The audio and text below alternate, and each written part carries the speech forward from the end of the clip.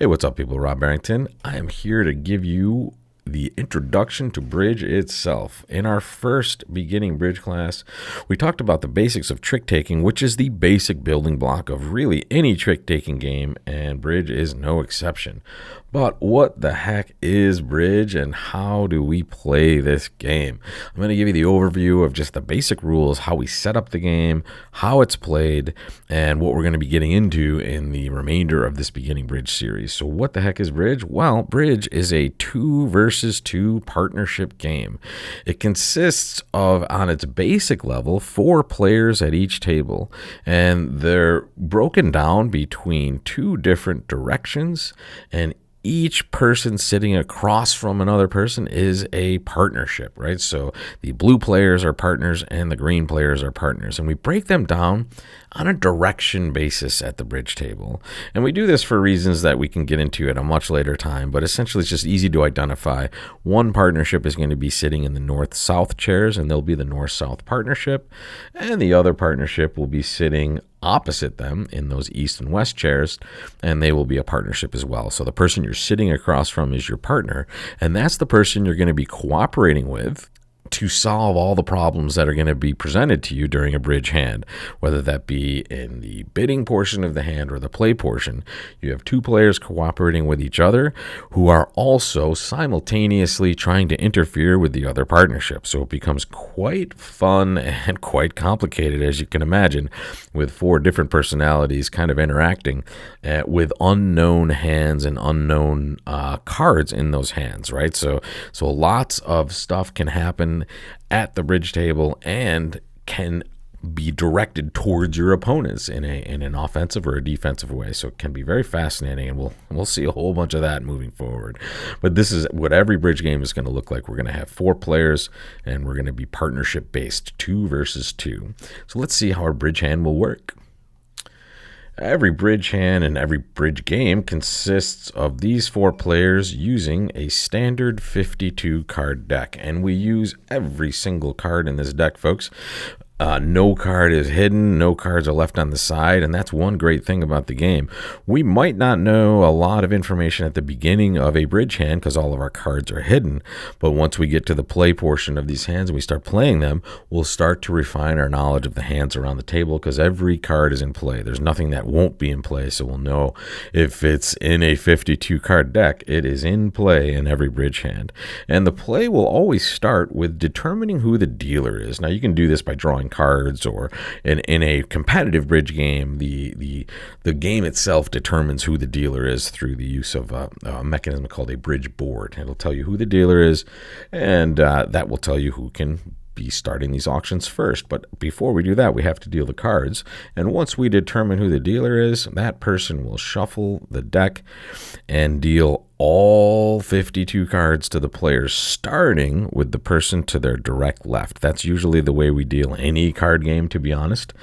Bridge is no different. The dealer starts with the person to the left, and they deal the cards until all 52 cards are gone, which means if you just take 52 and divide that by 4, the players at the table, you'll know that every player will start with exactly 13 cards. Now, if you're playing with a real deck of cards, folks, you're not playing virtually.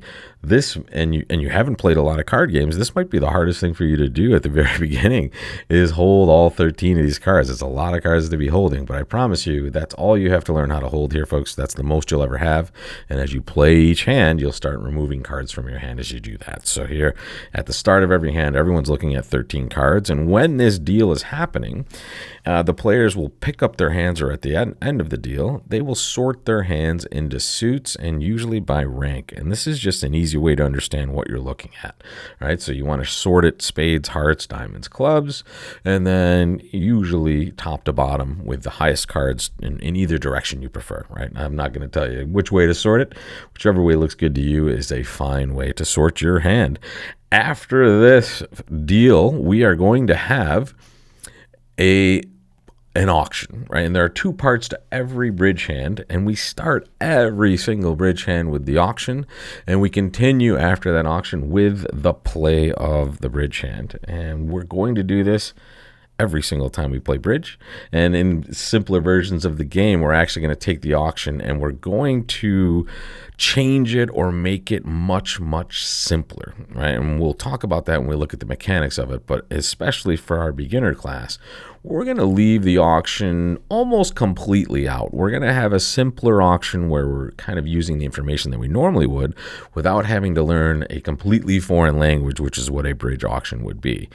After the auction, we proceed to the play, and then we have that trick-taking process that we've already talked about in class 1. And it's just a heck of a lot more of those tricks because we're starting each hand with 13 cards. So let's take a look at what the auction is going to look like at a bridge hand.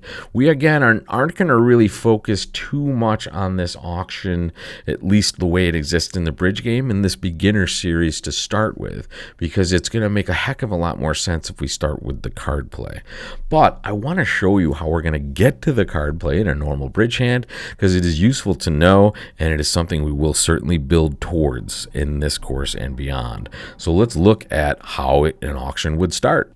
After the dealer has dealt all the cards, the dealer will also start the auction, and they will start with themselves, and they will choose one of two things. They can actually make a bid or they can pass. And here, these bids in the bridge sense aren't going to be, hey, I think I can take this many tricks. They're going to be more descriptive. In fact, bridge bidding is an exceptionally complicated system of bids that are used not to say, hey, I can take this many tricks. It's meant to say, hey, I have this sort of hand as far as my strength, and I have this number of cards in these sorts of suits. What we're trying to do on each side of the table during this auction is find out how many tricks our side can take, and if we should, in fact, be the ones trying to take those tricks, or if we should be ceding control of these sorts of hands to our opponents, right? So here, during these sorts of normal bridge auctions, you'll see these bids being made around the table, and the bidding will continue until 3 consecutive passes have been made. All right, so in this auction, and I'm going to back it up for you to the very beginning, we can see that the North player started by making the bid of 1 club, and then the East player made the bid of 1 heart. South bid 1 spade, and then it went 2 hearts, 2 spades by the North player, 3 hearts by the East player, and then 4 spades by the South player, which was then followed by 3 passes. That, folks, is your first bridge auction. The players at this table have played from the very beginning, where the first player started with that 1 club bid. That was the North player over there. And this auction ended with 4 spades. And the reason we know it ended is that it contained 3 passes after that 4 spade bid. So that, folks, is a bridge auction, and this is the first part of every single bridge hand. I want to take a little bit of a deeper look at this auction and explain the mechanics of bidding a little bit for you, because it is going to take, we're going to get to a point where we're going to be placing our bids and or our contracts with all of these things we're seeing to the right. This, folks, is a box. And in fact, it's something we use at every bridge table when we play live. It's called the bidding box. This contains every bid that can be made at the bridge table during the bridge auction. It also is what's called the contract list. This is all the potential contracts that we can play in during the play of the hand, and we'll get to that in just a second. But let's take a look at that auction once again, and I want to explain to you what happens during a bridge auction. Once a bid is made, that bid can no longer be made by anyone else, right? And these bids are ranked from lowest to highest, and what we're looking at here is clubs, diamonds, hearts, spades, and this N here means no trump, right? So we have 5 different strains we can choose to bid and or play in during our bridge auctions, and they are all 4 suits and then a little strain called no trump, and that would be a bid and a contract that if we had to play in it would not contain a trump suit. So in these situations, these are all the choices that we have during our auction and all the contracts that we have the ability to actually play in.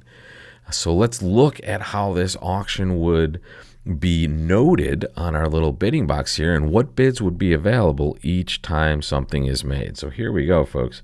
As that north player opens one club, we're going to see that one club is no longer available to be chosen by any of the other players.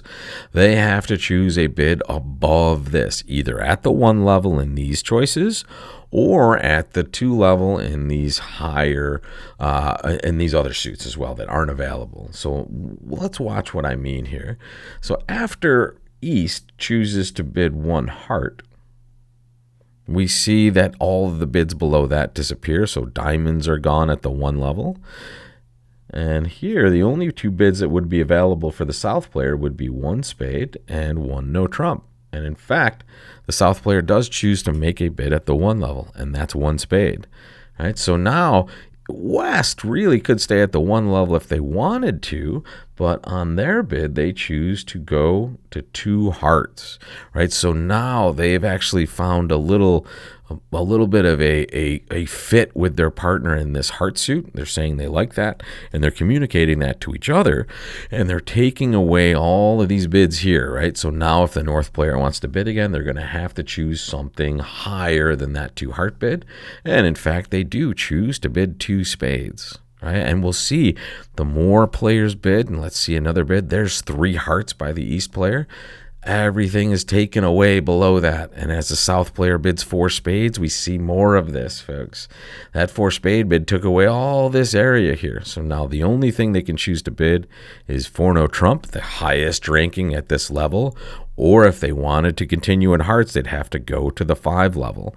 In normal bridge, it's about as high as we get in usual hands, right? There's some extraordinary situations where we go much higher. But here, this is where the auction ends. And notice everybody can choose pass whenever they want to. In fact, this would be a rare occurrence with this many bids would be made in a bridge auction. There usually are a lot more passes mixed in there because we're not always going to have things to show on each side of the table. But once this auction ends with 3 passes, it's over, right? After we see 3 passes in an auction, that will end it.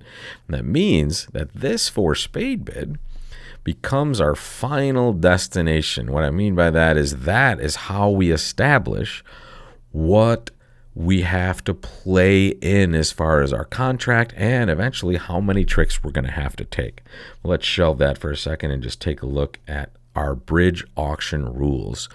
Rule number 1, the dealer starts every auction and they can choose to make a bid, one of those things we saw in that box, or the other thing we saw at the bottom of the bidding box is a pass, right? So we can make those bids at any time when it's our turn to make that choice. Once we make that choice, the auction will proceed clockwise to the next player, and they will have the exact same choice as we did. They will either bid or pass, and when they make their choice, the auction proceeds to the next player, and so on and so forth. We will frequently get multiple turns to make our bids or passes during an auction. And just because we pass first doesn't mean we can't bid. And just because we bid first doesn't mean we have to keep bidding. We can interchange bids and passes whenever we want. We will always have all the choices available that are left out of that bidding box. Okay, so in these cases, you might see lots of different types of auctions during bridge hands because you'll have bids and passes interchanged by all the players. The auction will continue until there are 3 consecutive passes. This is the time that the auction ends and we determine what we're playing in during the play portion of the hand. And also, if all 4 players pass on their initial turn, this is called a pass out. So the only time an auction will not end when 3 consecutive players have passed is when those 3 consecutive players started the auction, the first 3 players. Everyone needs a chance to bid. So if it goes pass, pass, pass to start an auction, that 4th player still gets a chance to open it. And if they choose to pass, the hand is over. The hand has just been passed out, and we just reshuffle and deal another hand. The last bid made during the auction is what's called the contract. The contract is what's going to determine how many tricks we need to take during the play portion of the hand. And we're going to look at that in just a second and show you the formula to determine that. And also, the last and very important thing, the player that bid the suit or the no trump of the contract first is the declarer. All right, and I'm going to show you what I mean by that in a second. But essentially, it just means whatever the contract is. Let's say the last bid made is like the auction we had for spades. Whoever at the table whichever of the bidding side introduced spades first would end up being the declarer of the hand. And that just means they're the one that's going to be in control of the entirety of the hand. And let's take a look at the play portion, right? The play portion is going to always start with the opening lead. And how the heck do we determine that? Well, let's take a look at the auction again that we had at the start. Same exact auction. We see it goes a club, a heart, a spade, 2 hearts, 2 spades, 3 hearts, 4 spades, and that's our normal bridge auction. There's those 3 passes, which means the end of our auction. And that means that the south player is in the contract of 4 spades. And how do they know that? Well, they see that the final contract, that final bid before the 3 passes was 4 spades, which means that is exactly where we ended. That's the final contract. And the last player that bid that was south, so it means north and south are the ones that have played or are achieving this contract. So we know that their side is going to be the ones with the play possibilities on this hand. Now we have to determine which player is going to be in control. And the way we do that is we find out who the first player was that introduced the strain of that final contract, right? So here we see the south player started with 1 spade originally. Even though their partner bid spades next, they were the ones that started with it. So they're the ones that would play this contract. So now that we have that figured out, we know who the declarer is. This is the person that's in control for their side. We now know who the opening leader is. The person that will start every bridge hand is this person called the opening leader, and they will always be directly to the left of the declarer, right? They will be right here always, the person directly to the left. That will never change. Once we determine the contract and who bid it first, we'll know who's declaring, and the opening lead will be made. And directly after this opening lead is made, the partner of the declarer puts their hand face up on the table. This hand is called the dummy hand, and this is a hand that the rest of the 3 players will be able to look at for the rest of these trick-taking situations. We have 13 tricks to play, and that hand will be face up the entire time. The other really important thing is the declarer controls the decisions for both hands. This player is now out of harm's way, basically. They can sit back and relax because this player is in control of not only the face-up hand, but also their hidden hand. And what they're doing, and this is going to be one of the first things you learn in this course, how to declare, is they are taking all the information with the cards they have in their hand and that face-up hand and making choices for both of those hands in a way that's going to give them the most tricks. And that is how we play a bridge hand.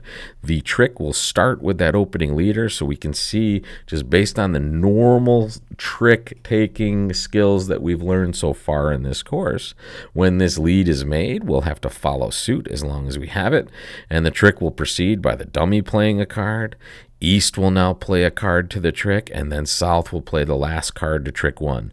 Whoever plays the highest card or the highest trump card to each trick will win it, and then they will lead to the following trick.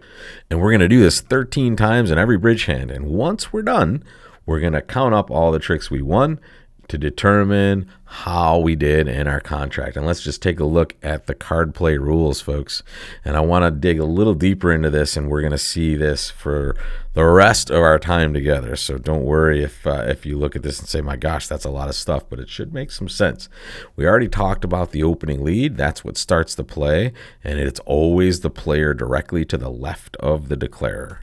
The play will continue clockwise until all the cards are gone, and that'll be 13 tricks in every single bridge hand.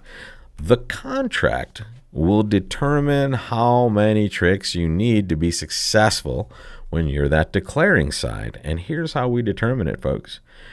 We figure out what the contract is by what level we ended at. So here we can see that 4 hearts would be a contract. How many tricks would we need to be successful?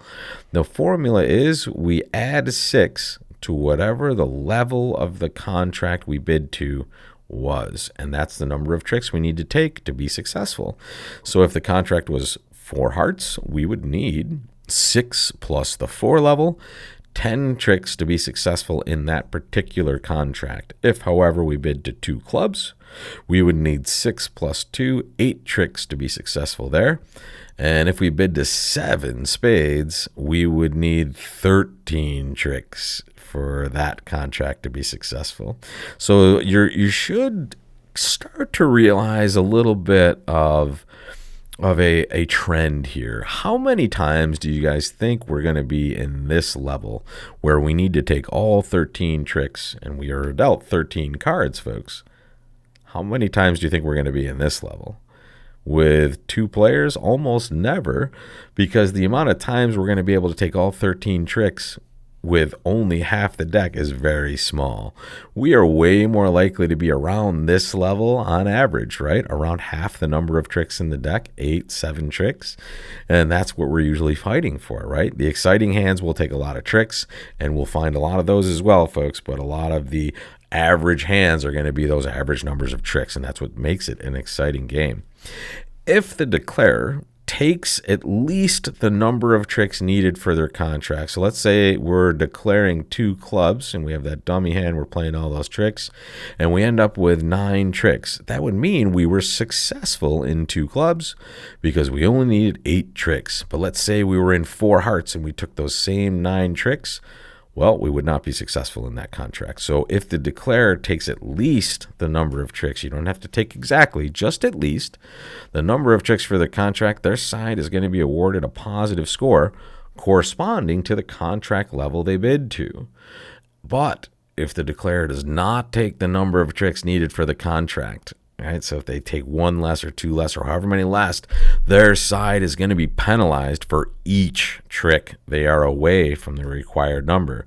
So this penalizes players who would be too aggressive, right? If you're trying to interfere with your opponents and you get that far away from your contract, you bid to, let's say, 4 hearts and you take 5 tricks, well, you just went -5 and you're penalized more for each one of those tricks you go down.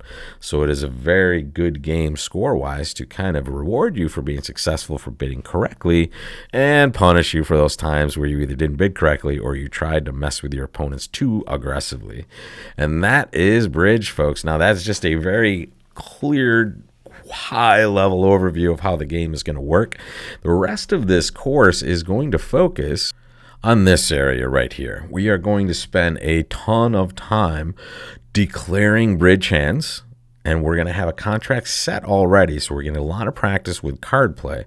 But we're also going to talk about what the heck happens in these 2 chairs, right? Because this, playing the contract and declaring, is actually very fun, and you could do this honestly for the rest of time and have a pretty good fun game to head into at any point. However, when these 2 players are involved, they're the defenders of these bridge hands, and we're going to learn not only how these players are supposed to play, but tricks and ways to communicate between these 2 hands that make these positions just as fascinating as the declarer position. So we're going to get deep into the card play in this course, and then when we start talking about bidding, whenever that may be, you're going to be so much more capable of making good bids because you're going to know how the cards are played and how these contracts are achieved in that play and how these sorts of hands are evaluated.